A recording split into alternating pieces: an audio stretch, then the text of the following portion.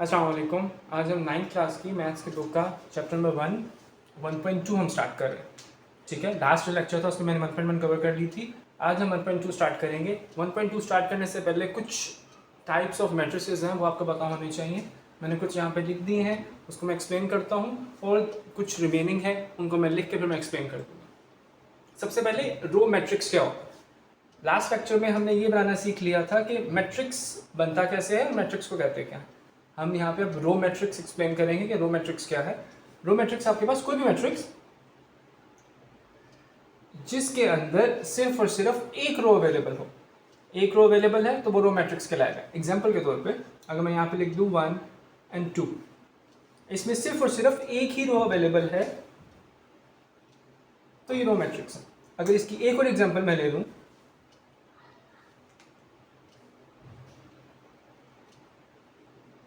तो ये भी रो मैट्रिक्स है क्योंकि इसमें एक ही रो अवेलेबल है। तो रो मैट्रिक्स आपके पास वो मैट्रिक्स है जिसमें सिर्फ और सिर्फ एक रो अवेलेबल है, उसको हम रो मैट्रिक्स कहेंगे।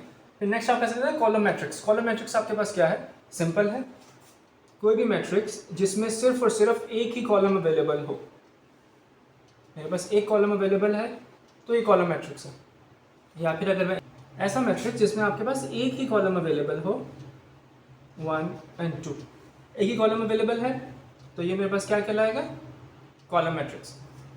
अब नेक्स्ट की तरफ मूव करते हैं। आपकी जो थर्ड टाइप है वो है रेक्टेंगुलर मैट्रिक्स। ऐसा मैट्रिक्स जिसमें नंबर ऑफ रोज और नंबर ऑफ कॉलम्स कभी भी इक्वल ना हो, उसे हम कहेंगे कि वो रेक्टेंगुलर मैट्रिक्स है। एग्जांपल हम ले लेते हैं इसकी। मेरे पास एक मैट्रिक्स है जिसमें आपके पास ये टर्म्स है, इसमें आपके पास नंबर ऑफ रोज कितनी है,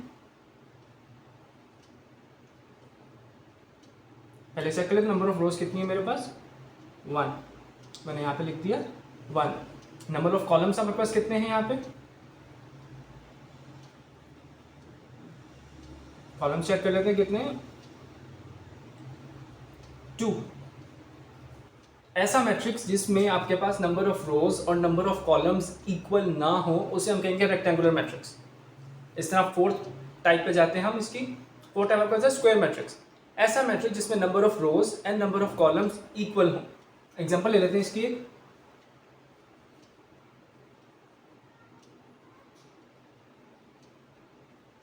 इसमें अगर मैं नंबर ऑफ रोज इसकी मैं चेक करना चाहूं, नंबर ऑफ रोज कितनी है, 1 और 2, 2 रोज। और नंबर ऑफ कॉलम में चेक करना चाहूं, नंबर ऑफ कॉलम्स कितने हैं, 1 और 2, 2 कॉलम्स। मतलब स्क्वायर मैट्रिक्स आपके पास वो है जिसके अंदर नंबर ऑफ रोज और नंबर ऑफ कॉलम्स इक्वल हो। ठीक है, अब हम नेक्स्ट पार्ट नंबर 5 की तरफ जाते हैं, नल और जीरो मैट्रिक्स। इस प्रॉपर्टी को हम डिस्कस कर लेते हैं कि नल और जीरो मैट्रिक्स आपके पास क्या होता है। ठीक है, ऐसा मैट्रिक्स जिसमें सारी की सारी एंट्रीज आपके पास जीरो हो उसे हम नल और जीरो मैट्रिक्स कहते हैं। अगर मैं इसको एक एग्जांपल से एक्सप्लेन कर दूं,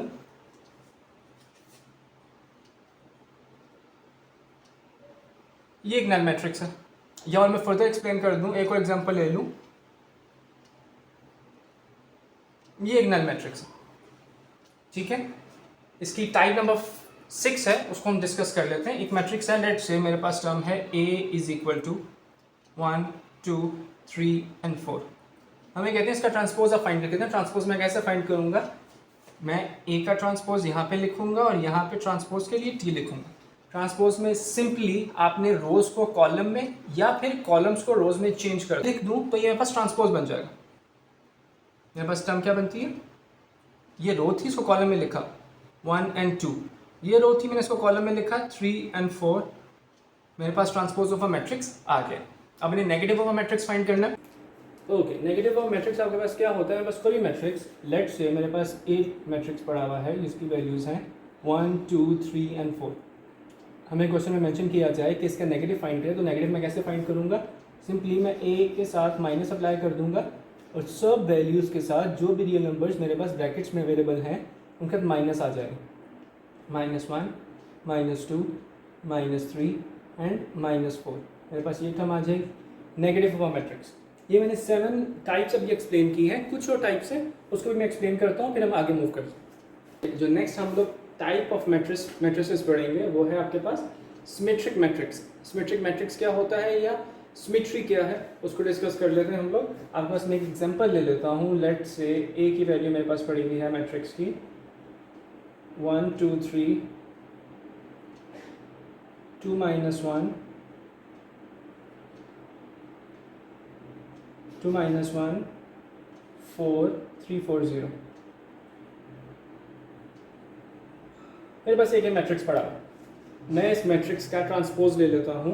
मैं अगर इसका ट्रांसपोज लूँ मेरे पास टर्म आएगी A transpose is equal to, मेरे पास जो टर्म बनती है उसको मैं सॉल्व करके यहाँ पे लिखता हूँ। ट्रांसपोज कैसे लेते हैं ये हमें याद होना चाहिए। रोज़ को कॉलम में लिख देना। रोज़ को कॉलम में लिख दिया मैंने 1 2 and 3।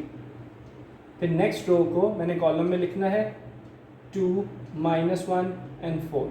फिर लास्ट रो को कॉलम में लिखना है 3 4 and 0। अब मेरे पास दो मैट्रिसेस बन गए। एक मैट्रिक्स मेरे पास ये है और एक मेरे पास मैट्रिक्स ये है। अगर दोनों मैट्रिसेस इक्वल हों तब ये सिमेट्रिक मैट्रिक्स कहलाएगा। मैं दोनों की वैल्यूज़ को चेक कर लेता हूँ। 1 2 3 2 -1 4 3 4 and 0, ये दोनों मैट्रिसेस इक्वल हैं तो ये क्या है, सिमेट्रिक मैट्रिक्स है। सिंपल सी आपके पास लॉजिक है।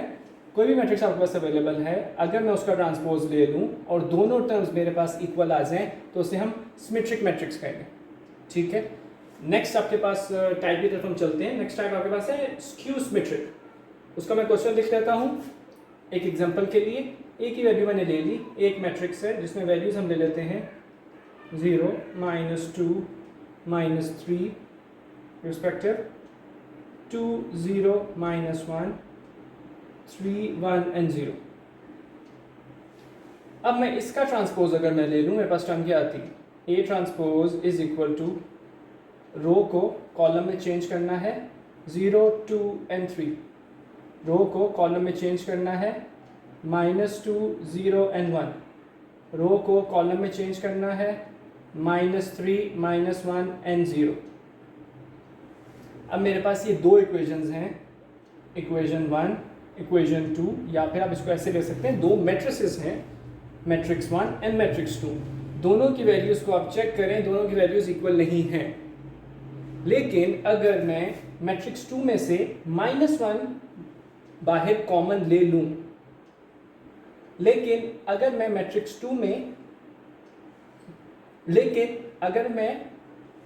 2 का नेगेटिव मैट्रिक्स ले लूँ तो मेरे पास टर्म इक्वल आ जाएगी। नेगेटिव मैट्रिक्स कैसे देते हैं, हमने पिछली प्रॉपर्टी में उसको हम डिस्कस कर चुके हैं। मैं माइनस को सब अंदर टर्म से रिस्पेक्टिव मल्टीप्लाई करूँगा 0 2 3 -2 0 1 -3 -1 and 0। That is matrix number 3। अब मेरे पास मैट्रिक्स 1 एंड मैट्रिक्स 3 इक्वल है। इस केस में इसे हम कहेंगे स्क्यू सिमेट्रिक मैट्रिक्स। सिंपल है, ठीक है। इसको अगर आप ऐसे ही लेके चलेंगे तो इजी रहेगा इंशाल्लाह। नेक्स्ट आपका प्रॉपर्टी है डायगोनल मैट्रिक्स। डायगोनल मैट्रिक्स आपके पास क्या होता है, कोई भी मैट्रिक्स, लेट से मेरे पास एक मैट्रिक्स है ए, उसमें वैल्यूज डायगोनल में मेरे पास वैल्यूज हों 1 और 2, बाकी जो टर्म्स हैं वो मेरे पास 0 हों। डायगोनल यहाँ पे मेरे पास टर्म्स अवेलेबल हों तो उसे हम डायगोनल मैट्रिक्स कहेंगे। इसकी मुख्तलिफ एग्जांपल्स हो सकती हैं। आपके पास term 2 0 0 3, this is also diagonal matrix. या फिर एक और एग्जांपल मैं ले लूँ, मेरे पास टर्म आ जाती है यहाँ पे 0 0 0 and 2। ये भी डायगोनल मैट्रिक्स है कि मेरे पास डायगोनल में टर्म्स हैं, एटलीस्ट एक ऐसी टर्म हो डायगोनल में जो कि नॉन ज़ीरो हो तो वो डायगोनल मैट्रिक्स कहलाएगा। ऑर्डर इसका इंक्रीज या डिक्रीज हो सकता है। लेट से अगर मैं 3/3 का ऑर्डर फाइंड करूँ तो मेरे पास आपका सबसेक्टर बन जाए 1 0 0 0 2 0 0 0 3।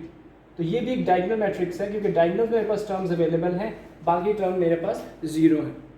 ठीक है, फिर आपका जाती है स्केलर मैट्रिक्स। स्केलर मैट्रिक्स आपके पास क्या होता है, स्केलर मैट्रिक्स आपके पास ऐसा मैट्रिक्स जिसमें डायगोनल्स में जो टर्म्स अवेलेबल हैं वो सेम होगा वो डायगोनल मैट्रिक्स ही, लेकिन उसमें टर्म सेम होनी चाहिए। टर्म सेम है तो that is a scalar matrix.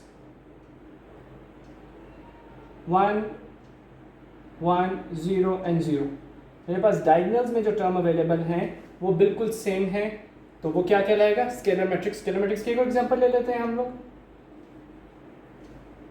2 0 0 0 2 0 0 0 2। मेरे पास डायगोनल्स में जो भी टर्म अवेलेबल हैं वो सेम है, तो ये स्केलर मैट्रिक्स है। फिर लास्ट इसमें आपके पास जो टाइप आ जाती है वो यूनिट और आइडेंटिटी मैट्रिक्स। बाज़ पेपर्स में आपके पास यूनिट मैट्रिक्स लिखा हुआ आएगा, बाज़ पेपर्स में आपके पास आइडेंटिटी मैट्रिक्स लिखा हुआ आएगा। दोनों से हम इसको डिस्कस कर सकते हैं। यूनिट या आइडेंटिटी मैट्रिक्स आपके पास वो मैट्रिक्स होता है जो कि स्केलर भी होता है और डायगोनल भी होता है। बस इसमें सिर्फ और सिर्फ एक यूनिक चीज़ आ जाती है, ऐसा मैट्रिक्स जिसमें डायगोनल्स में सिर्फ और सिर्फ 1 अवेलेबल हो, 1 0 0 एंड 1। इसका ऑर्डर आपके पास बनता है 2/2। लाजमी नहीं ऑर्डर लिखें, सिर्फ समझाने के लिए मैंने आपको साथ में लिख दी। अगर एक और मैट्रिक्स मैं बना दूँ 1, इसमें 1 अवेलेबल है, ये आपके पास 1/2 का मैट्रिक्स है, ये भी यूनिट मैट्रिक्स है। अगर मैं एक और मैट्रिक्स बना दूँ 1 0 0 0 1 0 0 0 1, ये आपके पास है 3/3 का मैट्रिक्स, और ये भी यूनिट एंड आइडेंटिटी मैट्रिक्स है। यूनिट और आइडेंटिटी मैट्रिक्स है बिल्कुल, ठीक है। तो यहाँ तक आपकी जो टाइप्स ऑफ मैट्रिसेस हैं वो आपके पास कवर होती हैं। हम एक्सरसाइज 1.2 को स्टार्ट करते हैं, फिर हम आगे देखते हैं। एक्सरसाइज आपके पास 1.2 है। पहला क्वेश्चन में मेंशन किया हुआ है, from the following matrices identify unit matrices, row matrices, column matrices and null matrices. मैंने टाइप्स इसकी पढ़ ली हैं, मुझे सिर्फ और सिर्फ आइडेंटिफाई करना है। साथ में आइडेंटिफाई करते हैं, पार्ट हम सॉल्व करते हैं। पहला पार्ट हमें कह रहे हैं a is equal to 0 0 0 and 0, ठीक है। मुझे टाइप्स याद है, अभी हमने उसकी प्रैक्टिस की है। साथ में सॉल्व करते हैं। सारी वैल्यूज जब 0 हो तो ये कौन सी टाइप है? ऐसा मैट्रिक्स जिसमें साइड हम 0 हो तो उसे हम कहते हैं नल मैट्रिक्स, ठीक है। अगली पार्ट उन्होंने दिया पार्ट नंबर बी, ऐसा मैट्रिक्स जिसमें सिर्फ और सिर्फ एक ही रो अवेलेबल हो, एक रो अवेलेबल हो, उसे हम क्या कहते हैं? Row matrix.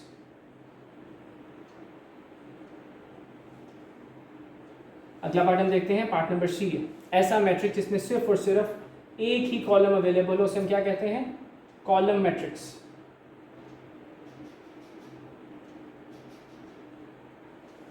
अगला पार्ट चेक करते हैं, पार्ट नंबर डी है। मैंने टाइप इसकी पढ़ी थी। टाइप हमें ये कहती थी कि आपके पास डायगोनल होना ज़रूरी है वो मैट्रिक्स, लेकिन उसमें अगर 1 और 1 टर्म अवेलेबल हो तो उसे हम कहते हैं यूनिट और आइडेंटिटी मैट्रिक्स। तो ये मेरे पास क्या आ जाएगा? Unit matrix. Again part number E है, 0 अवेलेबल है, null matrix. Part number F है, इसमें सिर्फ और सिर्फ एक कॉलम अवेलेबल है, तो कॉलम मैट्रिक्स। यहाँ पे क्वेश्चन नंबर 1 कंप्लीट होता है। हम क्वेश्चन नंबर 2 की तरफ मूव करते हैं। एक्सरसाइज 1.2 का क्वेश्चन नंबर 2 है। मैं क्वेश्चन नंबर 2 में कह रहे हैं, from the following matrices identify square matrix, rectangular matrix, row matrices, column matrices, identity matrices and null matrices. तो मैं क्वेश्चन मैंने यहाँ पे मेंशन कर दिए हैं, जो जिन पार्ट्स को हमने सॉल्व करना है उनको मैं सॉल्व कर लेता हूँ, ठीक है। सबसे पहले आपके पास मैंने फर्स्ट पार्ट को मैंने रीड किया। फर्स्ट पार्ट में मेरे पास ये टर्म्स अवेलेबल हैं, मैंने इसको चेक कर लिया। मैंने टाइप पढ़ी थी रेक्टेंगुलर मैट्रिसेस की। रेक्टेंगुलर मैट्रिसेस आपके पास हमें क्या कह रहे थे? ऐसा मैट्रिक्स जिसके अंदर आपकी रोज एंड कॉलम इक्वल ना हो। इसमें रोज कितनी अवेलेबल हैं? 1, कॉलम एंड 2। 2 रोज अवेलेबल हैं, कॉलम कितने हैं? 1 2 एंड 3। मेरी इसकी रोज एंड कॉलम दोनों बराबर नहीं हैं, तो ये क्या होगा? Rectangular matrix. Simple is that. अगला पार्ट देखते हैं, उसमें आपके पास सिर्फ और सिर्फ एक ही कॉलम अवेलेबल है। मुझे जिसकी टाइप याद है, टाइप क्या थी? Column matrix. जो हमने टाइप्स अभी हम डिस्कस की हैं, अगर आप वो करते रहेंगे साथ साथ तो इजीली आप उसको कवर कर सकते हैं। नेक्स्ट आपके पास है पार्ट नंबर 3। पार्ट नंबर 3 में मैंने इसकी रोज कितनी है मैंने चेक कर ली, 1 एंड 2। कॉलम चेक किए, 1 एंड 2। 2 रोज हैं और 2 ही कॉलम हैं। ऐसा मैट्रिक्स जिसमें रोज एंड कॉलम बराबर होते हैं उसको हम कहते हैं स्क्वायर मैट्रिक्स। ठीक है, अब पार्ट नंबर 4 आ जाता है। ये है डायगोनल मैट्रिक्स, लेकिन इसमें दोनों टर्म्स सेम हैं और 1 है, तो उसे हम कहते हैं यूनिट और आइडेंटिटी मैट्रिक्स। तो यहाँ पे उन्होंने मेंशन किया हुआ आइडेंटिटी, तो हम आइडेंटिटी से ही इसकी रिप्रेजेंटेशन करेंगे, आइडेंटिटी मैट्रिक्स। नेक्स्ट है पार्ट नंबर 5, इसकी रोज कितनी हैं 1 2 एंड 3, कॉलम्स कितने हैं 1 एंड 2, 3 रोज हैं 2 कॉलम्स हैं, रेक्टेंगुलर मैट्रिक्स।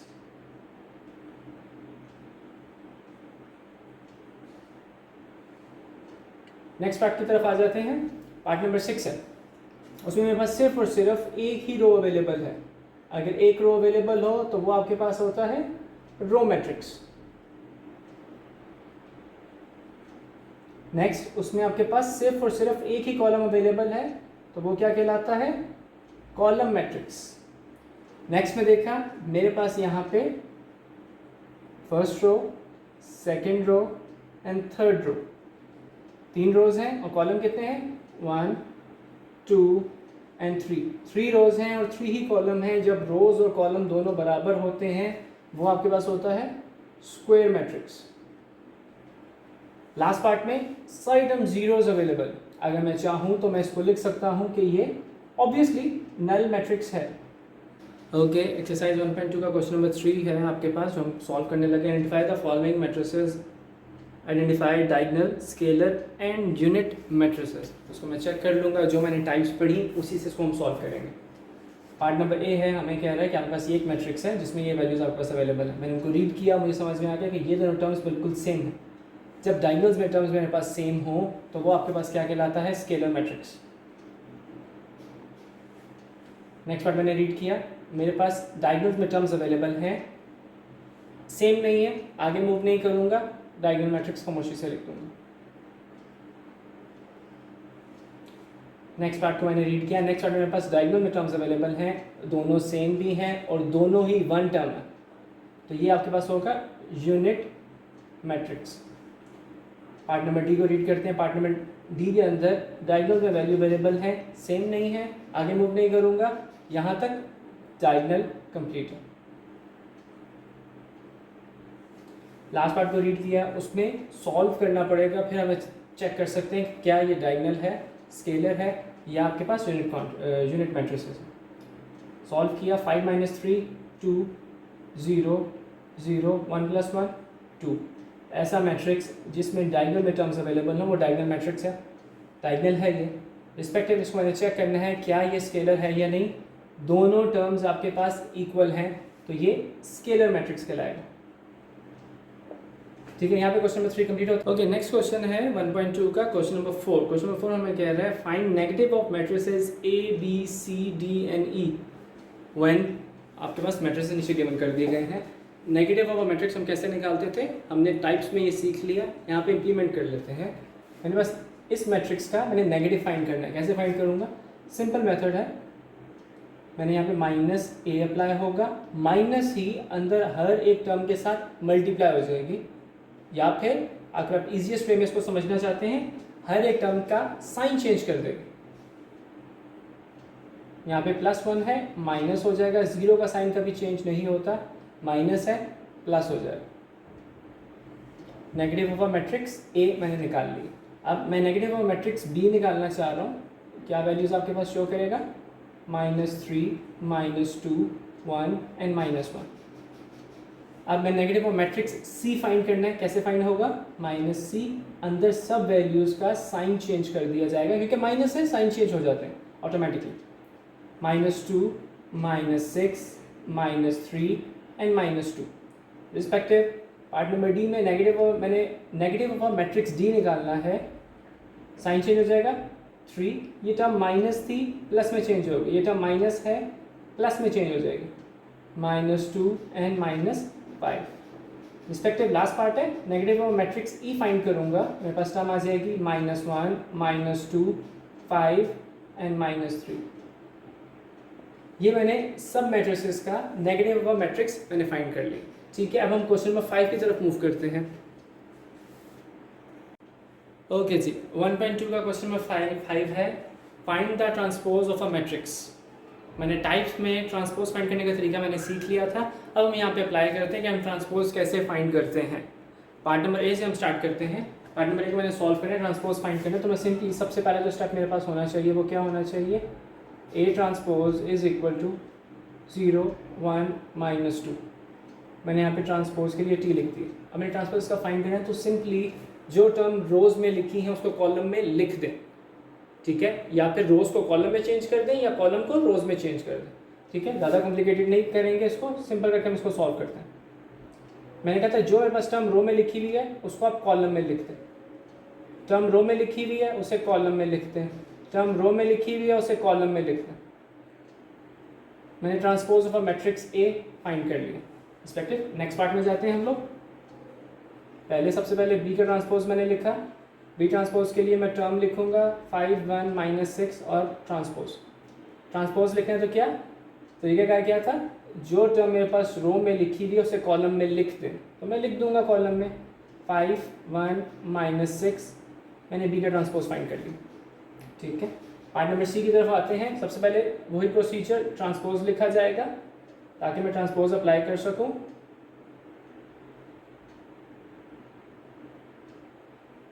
अब ट्रांसपोज जब अप्लाई करना है, जो टर्म मेरे पास रोज में अवेलेबल हैं उसको कॉलम में लिख लिया जाएगा। 1 2 रोज में अवेलेबल है उसको कॉलम में लिख लिया जाएगा। 2 -1 रोज में अवेलेबल है उसे कॉलम में लिख लिया जाएगा। 3 and 0। This is the transpose of matrix C, ठीक है। अब हम नेक्स्ट पार्ट नंबर डी की तरफ जाते हैं। सेम प्रोसीजर आपके पास यूज होगा। D transpose 2 0 3 and 5।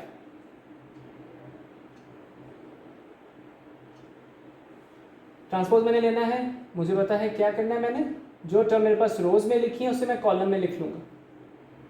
2 and 3 respective. अगली टर्म मेरे पास रोज में लिखी हुई है, इसको कॉलम में लिख लूँगा। 0 and 5 मेरे पास टर्म रोज में लिखी है, इसको कॉलम में लिख लूँगा। 2 and 3 रिस्पेक्टिव। मेरे पास टर्म रोज में लिखी है, उसको कॉलम में लिख लूँगा। -4 and 5 ट्रांसपोज। लास्ट पार्ट का एफ पार्ट का हम ट्रांसपोज निकाल लेते हैं। प्रोसीजर सेम ही है। पहले एफ का ट्रांसपोज रिस्पेक्टिव 1 3 2 and 4 ट्रांसपोज। मेरे पास टर्म्स क्या आ जाएंगी, जो टर्म मेरे पास रोज में लिखी है उन्हें कॉलम में लिख लूँगा। 1 and 2 रोज में लिखी है उन्हें कॉलम में लिख लूँगा। 3 and 4 मैंने ट्रांसपोज फाइंड कर लिया। यहाँ तक आपकी एक्सरसाइज 1.2 क्वेश्चन नंबर 5 कंप्लीट होता है। अब हम लास्ट क्वेश्चन नंबर 6 की तरफ मूव करते हैं। लास्ट क्वेश्चन है, हम इसे अटेम्प्ट करते हैं। क्वेश्चन में हमें कह रहे हैं verify that if A is equal to this matrix, B is equal to this matrix, then find the values of the following. मुझे ये टर्म फाइंड करके देनी है एंड रिस्पेक्टिव ये टर्म फाइंड करके देनी है। सबसे पहले मैं पार्ट नंबर 1 को सॉल्व करता हूँ। पार्ट नंबर 1 हमें क्या कह रहा है, ए ट्रांसपोज का whole transpose must be equal to A.